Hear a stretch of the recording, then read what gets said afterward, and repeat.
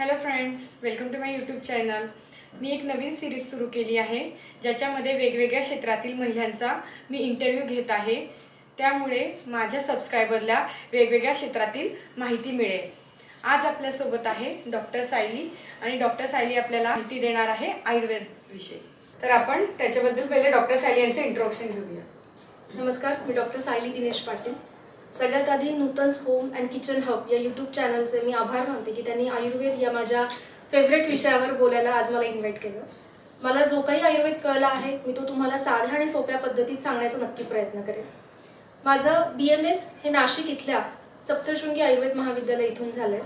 त्यानंतर मी 4 वर्ष वेगवेगळ्या हॉस्पिटल्समध्ये मल्टी स्पेशालिटी हॉस्पिटल्समध्ये RMO म्हणून सुद्धा काम केलं आहे. सध्या आयुर्वेदामध्ये पोस्ट ग्रॅज्युएशन करण्याच्या हेतूने मी सध्या अभ्यास करते आहे. थँक्यू. तर आपण पहिला प्रश्न घेऊया. आयुर्वेद नेमकं काय असतं आणि तुम्ही त्याच्याबद्दल आम्हाला थोडं माहिती देऊ शकतात का? नक्कीच. आयुर्वेद याला अथर्ववेदाचा उपांग असं सुद्धा म्हटलं आहे, कारण आपल्या पुराणशास्त्रात हिंदू पुराणशास्त्रामध्ये जे 4 प्रमुख वेद सांगितले आहेत त्यापैकी अथर्ववेद आहे. अथर्ववेदामध्ये जास्तीत जास्त आयुर्वेदाचं वर्णन केल्यामुळे आयुर्वेदाला त्याचा उपवेद सुद्धा म्हटलेला आहे. आयुर्वेद ही भारताची प्राचीन चिकित्सा पद्धती आहे. सगळ्यात आधी तर आयुर्वेद हा एक केवळ ग्रंथ नसून हे एक शास्त्र आहे. त्याच्याकडे आपण सायन्स या दृष्टीने बघायला पाहिजे. आयुर्वेदाची निर्मिती ही ब्रह्मापासून झाली आहे असं पुराणशास्त्रात सांगितलं गेलं आहे. वेगवेगळ्या आचार्यांच्या गुरुशिष्य परंपरेनुसार आयुर्वेद आज आमच्यापर्यंत आणि इथून पुढे पुढच्या पिढ्यांपर्यंत जाणार आहे. आयुर्वेदामध्ये सगळ्यात महत्त्वाचं म्हणजे वात, पित्त, कफ आणि 7 धातू दोष याच्यावरती चिकित्सा केली जाते. आता आपल्याला आयुर्वेद म्हणजे काय हे नेमकं कळालं आहे. आता आपण नवीन क्वेश्चन घेऊया. आयुर्वेदमध्ये आपण आपल्या हेल्थचं निरीक्षण कसं करणार हे तुम्ही आमच्या सबस्क्रायबरला थोडं सांगू शकतात का? आयुर्वेदामध्ये तुम्हाला जर तुम्ही स्वस्थ आहात ह्याचं निरीक्षण जर तुम्हाला करायचं असेल तर याच्यासाठी काही वेगवेगळी अंग आहेत. त्याच्यातलं सगळ्यात महत्त्वाचं म्हणजे तुम्हाला रोज सकाळी पोट साफ होतं का? तुम्ही कुठल्याही आयुर्वेदिक वैद्याकडे जर ट्रीटमेंटसाठी गेलात तर पहिला प्रश्न तुम्हाला हाच विचारला जातो की तुम्हाला रोज सकाळी पोट साफ होतं का? रोज तुम्हाला मलप्रवृत्ती कुठल्याही वेदनेशिवाय कुठल्याही इतर त्रासाशिवाय होणं हे आयुर्वेदाचं पहिलं स्वास्थ्याचं रक्षण आहे. जेणेकरून तुम्ही जो काही आहार घेताय त्याचं योग्यरित्या पाचन होतं आहे, त्याच्यातून चांगला भाग तुमच्या शरीरासाठी काढला जातोय आणि जे वेस्ट मटेरियल आहे ते मलाच्या स्वरूपात बाहेर टाकलं जातंय. ज्या रुग्णांना कॉन्स्टिपेशनचा त्रास असतो, मलावष्टंबाचा त्रास असतो किंवा अतिसाराचा जुलाबाचा त्रास असतो ते स्वस्थ आहेत असं आपण म्हणू शकत नाही. दुसरी महत्त्वाची गोष्ट म्हणजे तुम्हाला रोज भूक लागते का आणि तुम्ही भूक लागल्यावरच जेवण करताय का? भरपूर जणांचं असं असतं की 12 वाजेची वेळ झाली आहे त्यामुळे आता जेवण करून घ्यायचंय, पण 12 वाजता तुम्हाला भूक लागली आहे का आणि त्यानंतर तुम्ही जेवताय का हे खूप महत्त्वाचं आहे. योग्य वेळी भूक लागते का, योग्य वेळी तहान लागते का, तुमची मलप्रवृत्ती कशी आहे. रोज सकाळी उठल्यानंतर जेव्हा तुम्ही दात घासताय, जेव्हा तुम्ही जिव्हार निर्लेखन करताय, ज्याला आपण टंग क्लिनर म्हणतो, टंग क्लिनिंग करताना तुमच्या जिभेचा जो जिभेवर व्हाईट कोट आहे का, ज्याला आम्ही तुमची साम जीभ आहे का असं म्हणतो. तर बऱ्याचदा जेव्हा तुम्ही आयुर्वेदिक वैद्याकडे जातात सगळ्यात आधी तुमच्या जिभेचं निरीक्षण केलं जातं. जिभेचा रंग कसा आहे, त्याच्यावर आमाचा लेअर आहे का. दुसरं म्हणजे तुम्हाला मलप्रवृत्ती साफ होते का. सगळ्यात महत्त्वाचं म्हणजे तुम्हाला झोप कशी लागते. भरपूर सध्याच्या या स्पर्धात्मक युगामध्ये जर टिकायचं असेल तर खूप ताणतणावामध्ये लोकांना काम करावं लागतं. अशा वेळी डोक्यावर एवढं प्रेशर असताना सगळ्यांना सुखाची झोप लागेल असं नाहीये. बऱ्याच जणांना झोप लागण्यासाठी काही गोळ्यांचा आधार घ्यावा लागतो. पण तुम्हाला जर रात्री तुमच्या योग्य वेळेत जर झोप लागत असेल, पुरेशी झोप होत असेल आणि सकाळी उठल्यावर तुम्ही स्वतःला फ्रेश फील करत असाल तर तुम्ही स्वस्थ आहात असं आयुर्वेदिक दृष्ट्या म्हणू शकतात. पण आपल्याला अशा प्रकारे आपण हेल्थचं निरीक्षण कसं करू शकतात हे डॉक्टर सायली यांनी आपल्याला खूप छान प्रकारे एक्सप्लेन केलेलं आहे. वात, पित्त, कफ हे काय आहे आणि ते शरीरातून घालवण्यासाठी आपण काय करू शकतो? सगळ्यात महत्त्वाचं वात, पित्त, कफ हे त्रिदोष आहे ज्यांच्यावर आयुर्वेद आधारला गेला आहे. आयुर्वेदाचा स्तंभ उभारला आहे.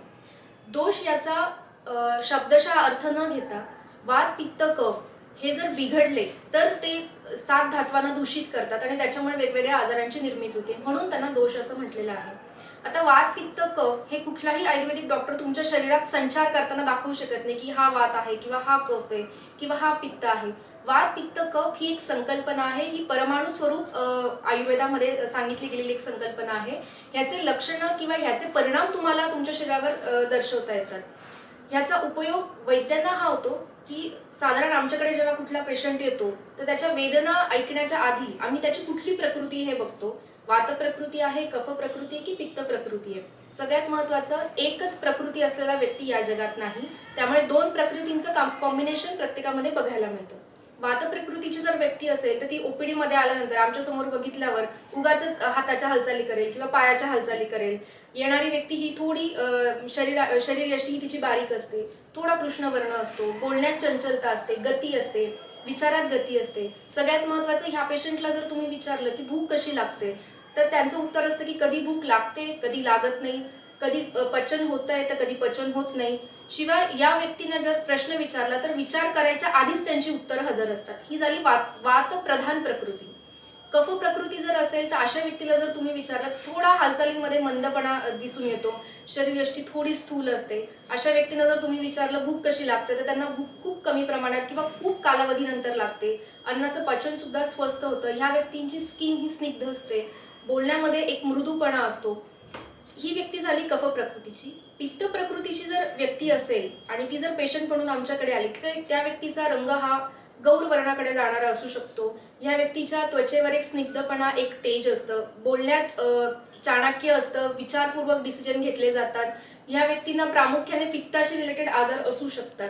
त्याच्यामुळे ह्या व्यक्तींना जर आपण विचारलं तर ते म्हणतात की काही गरम खाल्लं तर आम्हाला त्रास होतो किंवा उन्हाचा आम्हाला त्रास होतो. या तीन प्रकृतीमध्ये पेशंटला आधी तर सॉर्टेड करून त्यानुसार त्याच्या वेदनेवर आम्हाला चिकित्सा करता येते.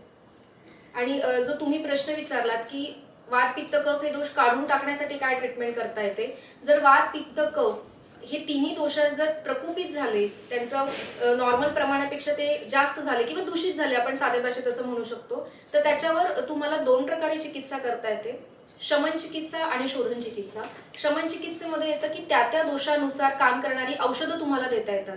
मग ती औषधं वनस्पतीपासून बनवलेली असू शकतात किंवा ती धातूपासून बनवलेली असू शकतात किंवा ती प्राण्यांच्या काही अंगापासून बनवलेली असू शकतात. दुसरं येतं म्हणजे शोधन चिकित्सा, ज्याला आपण पंचकर्म चिकित्सा असं म्हणतो. तर प्रामुख्याने वाताची चिकित्सा करायची असेल तर तुम्ही बस्ती करू शकतात, पित्ताची चिकित्सा करायची असेल तर विरेचन करू शकतात, कफाची चिकित्सा करायची असेल तर वमन करू शकतात. पण तुमच्या आजाराला अनुसरून याच्यात सुद्धा आयुर्वेदिक वैद्य परम्युटेशन कॉम्बिनेशन करू शकतात. वात पित्त कफ हे कशा प्रकारे आपण आपल्या शरीरातून घालवू शकतो, त्याचा नाश कशा करू शकतो, हे डॉक्टर सायली यांनी आपल्याला खूप छान प्रकारे एक्सप्लेन केलं. तर आपण आता पुढचा क्वेश्चन घेऊ. आयुर्वेद आपण आपल्या डेली जीवनशैलीमध्ये सामील करण्यासाठी काय करू शकतो? आयुर्वेदातले जे आचार्य आहेत त्यातले एक चरक आचार्य यांनी त्यांच्या चरक संहितेमध्ये दिनचर्या, ऋतुचर्या, याशिवाय रजस्वला म्हणजे पाळीच्या दरम्यान तुम्ही तुमचं दिनक्रम कसा असला पाहिजे, तुम्ही काय खायला पाहिजे, गर्भिणी परिचर्या सांगितली, म्हणजे गर्भिणी या अवस्थेमध्ये असताना तुम्ही कशा प्रकारचा आहार विहार करायला पाहिजे, सुतिका परिचर्या म्हणजे डिलिव्हरी नंतर तुम्ही काय करायला पाहिजे, हे योग्यरित्या सांगितलेलं आहे.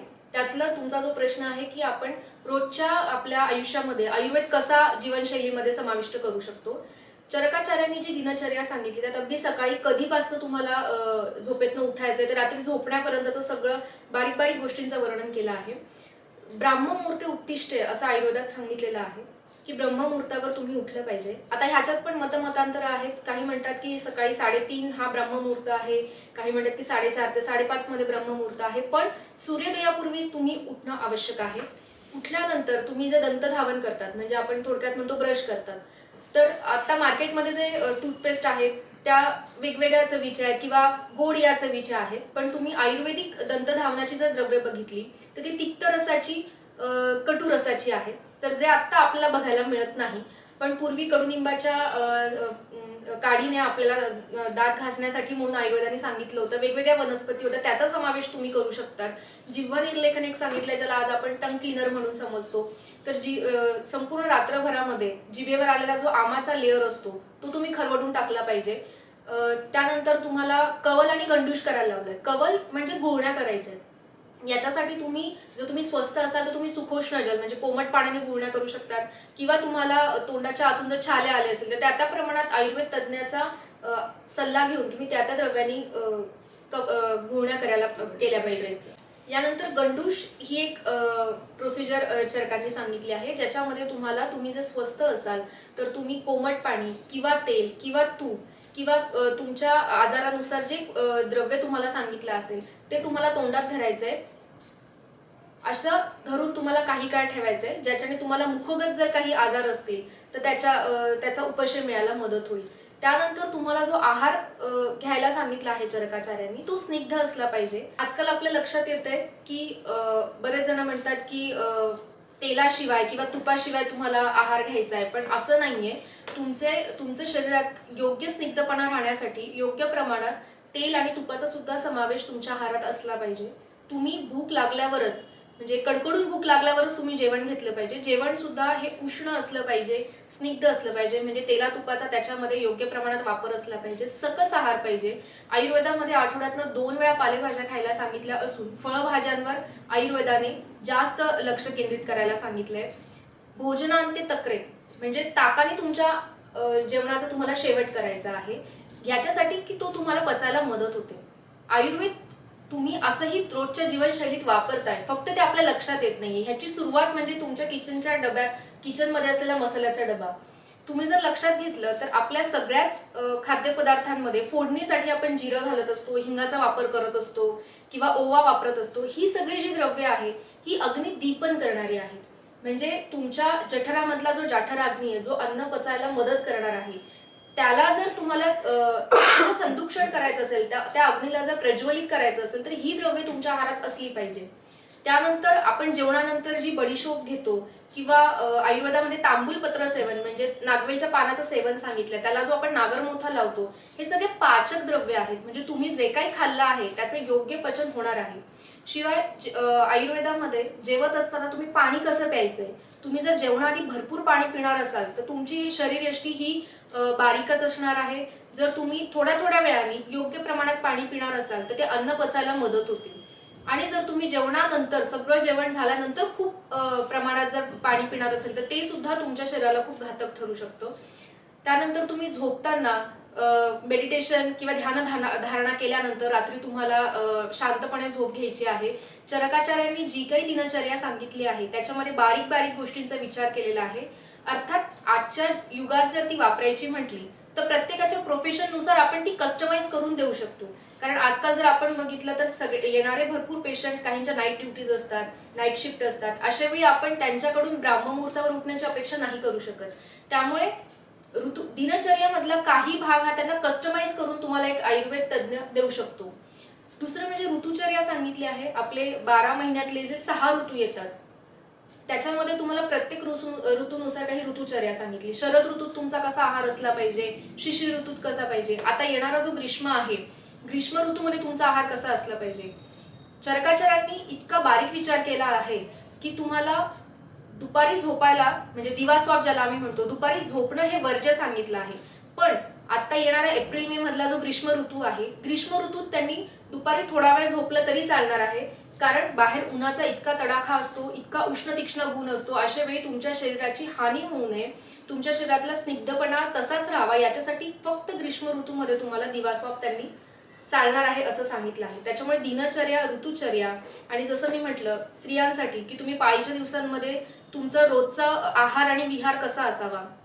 तुम्ही जर गर्भिणी असाल म्हणजे तुम्ही प्रेग्नंट असाल तर प्रेग्नन्सीच्या 9 महिन्यांमध्ये सुद्धा तुमची दिनचर्यामध्ये थोडा फरक पडू शकतो, आहार विहारात फरक पडू शकतो. आणि जर तुम्ही सुतिका असाल म्हणजे डिलिव्हरी नंतर जर तुमचा पोस्टपार्टम पिरियड चालू असेल तर अशा वेळी जसं की तुम्हाला बाळाला दूध पाजायचं असतं तर त्याच्यावेळी तुम्हाला इतरांच्या आहारापेक्षा सुतिकेचा आहार नक्कीच वेगळा असतो, हे आपल्यालाही माहिती आहे. पण तुम्ही जर आयुर्वेद तज्ञाच्या मार्गदर्शनाखाली जर ह्या सगळ्याची माहिती घेतली तर तुमची दिनचर्या, ऋतुचर्या ही खूप चांगल्या प्रमाणात होऊ शकते आणि शास्त्रोक्त पद्धतीने आयुर्वेद तुम्ही तुमच्या पूर्ण जीवनशैलीमध्ये समाविष्ट करू शकता. डॉक्टर साई यांनी आपल्याला खूप छान प्रकारे सांगितलं की आपण आयुर्वेद आपण आपल्या जीवनशैलीमध्ये कसं सामील करू शकतो.